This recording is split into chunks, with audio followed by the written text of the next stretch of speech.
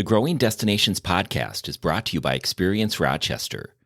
Learn more about Minnesota's third largest city, which is home to Mayo Clinic and features wonderful recreational and entertainment opportunities by visiting experiencerochestermn.com. This was the first time as a service provider to others. This was the first time I actually took my own creative energy and put it internal. And I think that's something to be said about entrepreneurs, especially service provider ones, is what are you doing for yourself and for your company and for your brand and for your culture to get it stronger so you can ultimately then serve more. Welcome to the Growing Destinations podcast, where we take a deep dive into destination development and focus on a wide range of topics, from tourism and entertainment to economic development and entrepreneurism and much more. I'm your host, Bill Von Bank. The best gifts are the ones with the biggest impact. That simple belief sparked the creation of Neighborly Gifts, a Rochester, Minnesota company that makes corporate gift giving easy while supporting local businesses. Joining me today is Sarah Richardson, the founder and CEO of Neighborly Gifts. We'll explore how a weekend idea during the early days of the pandemic turned into a sustainable and thriving company. And we discuss the role of community partnerships in fueling growth and what it takes to scale a business while staying true to its mission. Sarah Richardson, welcome to the Growing Destinations podcast. Thank you, Bill. It's such a pleasure to be here. I've known you a while here in Rochester, Minnesota. Tell us a little bit about yourself and your background. My background started at the ripe age of 19. I am a graphic designer by trade, and I worked at a local agency for about 6 years. Most of it in downtown. As a native from Southeast Minnesota, my roots are really deep in the area. After the 6 years, it really kind of just launched into my next wave, which was starting my own creative agency business in the branding and marketing world. And I've been doing that for 15. So my creation of the design side is really thick behind all this project. Take us to the early stages of this new venture, although it's got a few years behind it, Neighborly Gifts. The first rendition started in March 2020. And if you take yourself back to that moment, man, the emotions were high. We didn't know what was going on. We're, told to go home, stay put. Doors are forced to close. My business, fortunately, at that time, we didn't have a huge shift because we were already working from home. There was 4 of us. So we didn't have such a disruption that others did. And one day we're just like, oh, we're creative people. We solve problems. This is what we get paid to do from an agency's perspective. So what can we do to help our business friends? And that's really where it started, was a brainstorming session on a Thursday with the team. I remember that evening very vividly going around and walking with my husband around Zoldersfield Park.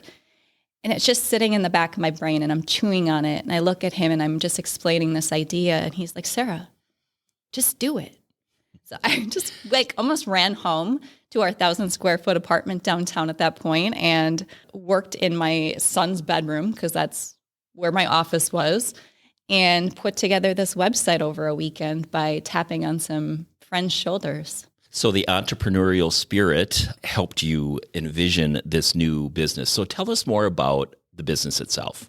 The entrepreneurial spirit definitely did. I think it's the creator in me, the go-getter of we're just going to get in to do it. So it was less thinking and more like I'm going to design a website. So jumped on and did it that weekend.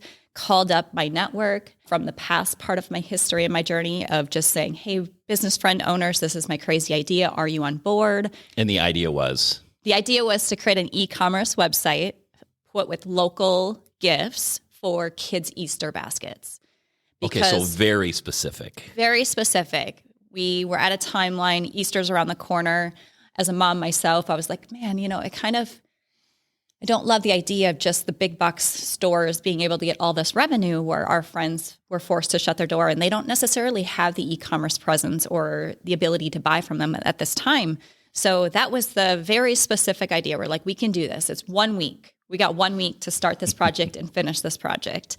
And that's exactly what we did. And it was focused on specifically those kid gifts for Easter baskets, and 124 people ordered, and $6,000 of money was directed back into those business owners. Were the business owners people you had already relationship with through your other business, or was it just you knew that you wanted to create an Easter basket and this would be a good product for it? Definitely had a relationship with them. They were in my phone, so I'm texting and calling them. Sounds like a true entrepreneur. Yeah. You just, when you're in the business world, and especially I was downtown and there's this very tight knit community. So you just kind of know each other. I'm calling Seamus at Carol's Corn, Will Forsman at Cafe Steam, Carol Bitten at Counterpoint. Some are past clients, some are just past fellow business owners. And it's really that network that has driven me to get into that phase of saying, yeah, they trusted me, they trusted my work, and they believed that this idea was a good one. And that alone gave me the even more confidence to just keep going. A one-off, essentially, to start with, over Easter. Did you create a name for it at that time? Yeah, the brainstorming to the website was 24 hours. And at that point, we're like, what do we name this? We need a logo. We need an entire brand identity. Which you know very well how to do. Which that's our sweet spot. So the benefit is we didn't have to tap on anyone else's shoulders. We really just internalized and said, okay, we're going to put all of our projects for clients aside. This is our core focus. I had a team of 4 and we just ran with it and really launched this website that direct to consumer. So we were selling to mostly friends and family in our network, pushed on social media. And that was our motto, was direct to consumer. And we did everything from built the website to sell it to customer support to set up a temporary distribution center to fulfill them, contactless pickups at that time. We even did deliveries. We're wearing masks and gloves and being very careful of all this stuff that we're being told. It was for Easter. So how long of a time frame was it to once you launched the website and people could start to order to pick up? Was it just a couple weeks? It was 1 week, Bill. 1 week? 1 week. From the launch? Yeah, from the launch. The weekend, so the Thursday's the brainstorming. I built the website and we built the brand over the weekend. And it was called at that time? Gift Rochester. Gift Rochester, okay. Yep, Gift Rochester. And beautiful, it all kind of just came together. We launched really that early that next week, Monday, Tuesday, let orders come in. We closed it. And then it was fulfilling the following weekend, just in time. What happened after that? I put it back on the shelf and said, whew, that was fun. That was exhausting. We really, as most new ideas, you don't know what you're doing until you're in it. And we're building the plane as it's flying. It's a project I got everyone in my family involved, whether they liked it or not, which tends to happen. But we had so many amazing people with volunteers helping and supporting it along the way. It was kind of just back to business. We had to get back to our, Easter's gone, and now we have to go to our clients and give them the attention that they need. So it was shelved, but it was always kind of just sitting there. Because I will say there was a moment throughout that entire week that I found a spark that I haven't felt in a while. When did you take it off the shelf? Fast forward about 4 months, I would say, late summer. Very close friend of mine who is the executive director for RDA. The Rochester Downtown Alliance? Yes, Holly Masick. And she was in a meeting with some representatives from Mayo Clinic, and they were talking about employee recognition and how can they recognize their employees this coming holiday when they're working from home. So no in-person holiday parties. And she was a part of the Easter program, Holly was. And she just mentioned, hey, you should talk to my friend Sarah over at this Gift Rochester business she kind of did. And just made that connection. And then it really kind of became a phone call after the connection of them asking, can we do something similar for their employees for that coming holiday? And this is about August. Of 2021? Of 2020. 2020 still, okay. Yep, we're still in 2020. So about August, late summer, this is the call that I had with representatives in Mayo. And I just said, as I love to do, yeah, let's do it.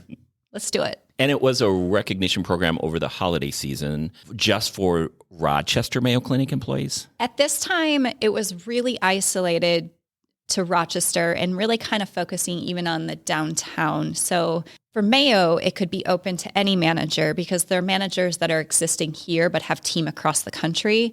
And then there's also vice versa where there's some on site and some not. So we really created a program that was open to anyone that wanted to order. It was an option for the managers to order.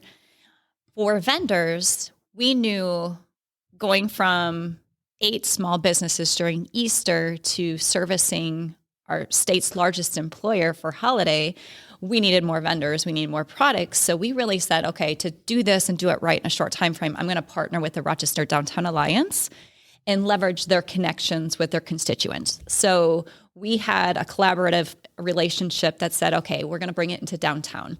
So any downtown business could have applied. We got 50 businesses between the restaurants and brick and mortar stores. So there was excitement and energy there. And again, we're creating this as we're going. So things like the restaurant voucher program is a new one at this point, to what kind of goods are we offering. So it was really, that was our first rendition, and it was solely focused in downtown in 2020. But our sales at the end of this, we grew 12,000%, which ended the year of holiday 2020 with 15,000 gifts and just shy of $365,000 in impact. Wow. Yeah. Pretty incredible. Incredible. And was it still your small team you had? Yes, small team. And I will tell you, my father, who's retired, a small business owner himself, is the one that's jumping in the U-Haul with me to go get shelves from Facebook Marketplace in the cities to set up a pop-up warehouse downtown to do this fulfillment. Because again, we were not just building the vendor relations, we were creating the e-commerce website, we were the customer support to our client, and then we filled it. We packed and shipped gifts. We packed and prepared them for pickup. And it was just a wild time filled with volunteers of family and friends, and really anyone that's like, I'll jump in and pack some boxes. At this point, Mayo Clinic was the only client then? At this point, yes. Yeah. We took this project, that I call it, from March 2020 off the shelf to say, well, it worked then in a small scale. You know, let's try this. Why not? Let's see what it does. Curious. Mayo Clinic's big, and Rochester is just one of their markets. Absolutely. So fast forward a bit, and how did that grow? I'll fast forward a bit to, we just closed our 5th holiday season with Mayo Clinic. We are now in 5 states representing their territories, so their neighborhoods. Going from holiday 2020 to this holiday 2024, we've just been really listening to them, listening to the gift recipients, the employees who are receiving the gifts to help us build the catalog, the data that's been performing, we've been listening to the managers. They've been constantly asking, you know, how about this? Can you do this? Are you guys open? And as a small team, we're 3 full-time people. We can do that. We can be flexible. We can be a little agile. So we have, in the period of the 4 years, have rebranded, because Gift Rochester, when we moved to Phoenix, Arizona, was weird. Mm-hmm. Obviously didn't work. Or Jacksonville, Florida. And then we went to Jacksonville. But before we went to Jacksonville or Wisconsin was really, at that point, we knew we needed a rename. So that's where Neighborly Gifts came in. And that took a while. It took a while to come to the name. We wanted something that was going to embody the essence of this mission that we're creating. We also wanted something that was ownable, so trademarking, making sure that we had some longevity, that if we're going to do this, let's do it right. So we went down that process with legal, including we also are product development during this timeline and working with our client, Mayo Clinic, our customer, to say, hey, can we do this? Does this meet your policy?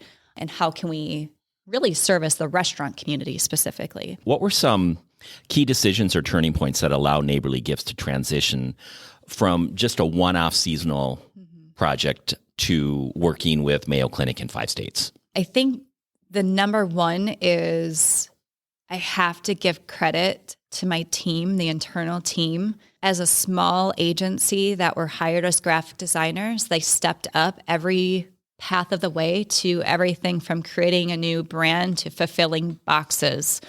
Without them, we wouldn't have been able to do the fulfillment and test and trial, including volunteers, and then really our vendor pool. I mean, this is the backbone and the heart of this entire mission. Is without them saying yes and they're on board with this, we wouldn't have a product to sell. And our place in this relationship is truly about just creating this bridge between them. So my mission has always been, the big guys are already recognizing their team, and they're doing it through things like a branded coffee mug. They're already spending those dollars. We know that exists. They want to do the good by supporting local, but what we're hearing as managers, it's hard.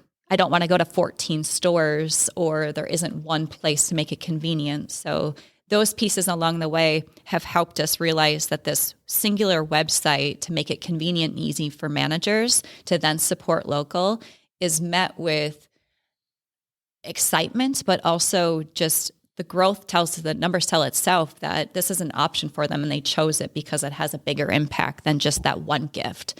The gift of delivery provides the appreciation, but that gift really actually supports so many more neighbors within their community. In Florida or Arizona, are the gift boxes related to products from those communities? Absolutely. We created a private store. It's called a private gift store for Mayo Clinic managers that they have to request access to shop for security reasons. The private store is filled with criteria that our customers told us. So we have price point criteria, obviously their locations, the geography. So we have gifts from small businesses in all 5 states. We do solely focus on the Jacksonville campus, the Phoenix campus, along with obviously the Rochester campus, and then expanding into the enterprise with the smaller clinics around Wisconsin, even Iowa. So we have at this point 200 businesses that are partnering with us, vendors across those 5 states that we can tap into for whether it's a curated gift box for a conference that someone wants to add that flair of local and have that support, or it's the year-round catalog that managers can buy and shop anytime. It's open for Mayo managers year-round for any gifting, whether that be Nurses Week to the holiday. Sarah, the success of this program is evident, and you have a lot of growth with Mayo Clinic. Will you continue that relationship? Definitely. This idea really started as a way to help bridge their workforce at home during COVID. However, it was met with such warmth and success from the managers ordering that it's continued to the point that we just finished our 5th year, and they have signed a 5-year contract for it to continue for the next 5 years as an offering. This is, I forgot to mention, this is a choice. This is not required. This is a choice that managers can choose us as their gifting platform. So that kind of says it all when we see managers choosing us and coming back year after year and giving us that feedback. Great success. Congratulations. Thank you. Can other corporations do this as well? We have created private stores for other corporations, mostly because of word of mouth and some great relationships. Like Think Bank has done 2 holidays with us through a private store. We've done some gift boxes for some smaller local clients, Experience Rochester being one of them, Elcor Construction, Jimmy Salad Dressings and Dips. And those are really only because we have a relationship built with them, and they're like, Sarah, what are you doing over there? Hey, can you do this for us? And it's not that we're holding the door closed. We just had to, over the last 5 years, really go from a tiny project to a full-fledged year-round business that's growing at a rapid pace, kind of hold back our sales and adding on other corporations. But that's changing. Tell us what's next. Yeah. So the reason we've held back is a big one for us right now is space. You know, we've moved a number of times. Our big move happened in 2022 of going into a 5,000 square foot space, office warehouse combination, and we are busting at the seams. This last holiday was the last holiday we could function in this place. Our lease is actually up here in the fall, so good timing. So I've been on a mission to find commercial real estate for the last, how long? So there's a decision to be made about where that's going to be located. And that space will not only allow us to take on more customers, more vendors, more products, but offering, potentially other services. This last year, we started doing some pop-ups, just on obviously a very local Rochester scale, but just dabbling into not necessarily the brick and mortar retail space, but more experiential pop-up version of retails to bring it to a different clientele. Can you do this year round, or do you primarily focus on the holidays? We do it year round. Okay. Yes, we absolutely have year round, and we're really amplifying our other 9 months out of the year because holidays are always going to be a big gifting season. It's just, we want appreciation end of year. But no, there's plenty of things happening. Like this Friday is Employee Appreciation Day. So there's a lot of gifts going out the door. We have things like Nurses Week, the Blood Mobiles offering our gifts for the people that are donating. Conferences, we've done gift boxes, client appreciations. We're really focused though on that corporate gifting versus the public or general holidays like a Valentine's Day.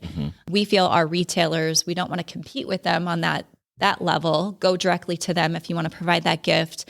We found a gap in the market of just really finding that corporate gifting to get it down to the little guys in a quicker, easier, more seamless fashion. What are some of the most important lessons you've learned about launching and growing a business? I think one of the lesson I'm really realizing is, being in my career for a few decades is all of this, I didn't have a plan. It doesn't necessarily align to where I thought I was going to be, but is really just listening and continuing to follow that spark.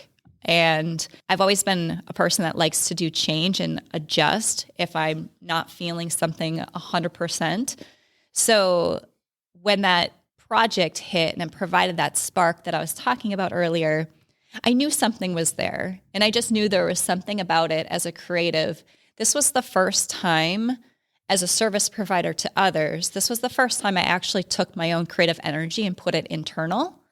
And I think that's something to be said about entrepreneurs, especially service provider ones, is what are you doing for yourself and for your company and for your brand and for your culture to get it stronger so you can ultimately then serve more. What's the most rewarding part of running Neighborly Gifts today? Oh man, the impact, the data. I mean, I'm not really a data geek. I'm definitely more of a relations. I like the emotional side of it too. And I could sit and talk about dozens of amazing accomplishments our small business vendors have had. Even the growth from when we started. We had one this year who won Oprah's favorite things list for the holiday. It was just getting that phone call of Charles at Lovejoy's telling us he made that list was just like, we screamed in excitement. So my favorite part is to be champions of these amazing small business entrepreneurs. Our goal is to do more with them and to support more of their growth. But at the end of the day, this data, this impact is something that I just really didn't anticipate, but have always had a love affair for buying local. Even as a little girl in the agricultural and farmers markets, the appreciation of it, just knowing it, it's an ethos in my roots that goes very deep. So I think it's just I get to live out the dream of like sourcing local goods and making it easy for people to buy them. Sarah Richardson, it's wonderful to hear about all of your great success over the past 5 years with Neighborly Gifts.